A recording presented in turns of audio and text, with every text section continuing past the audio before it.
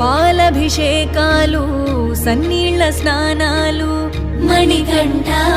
నీ రూపమెంతో సక్కదంట మా కంట మేము చూసిన మా భాగ్యమంట 18 పడి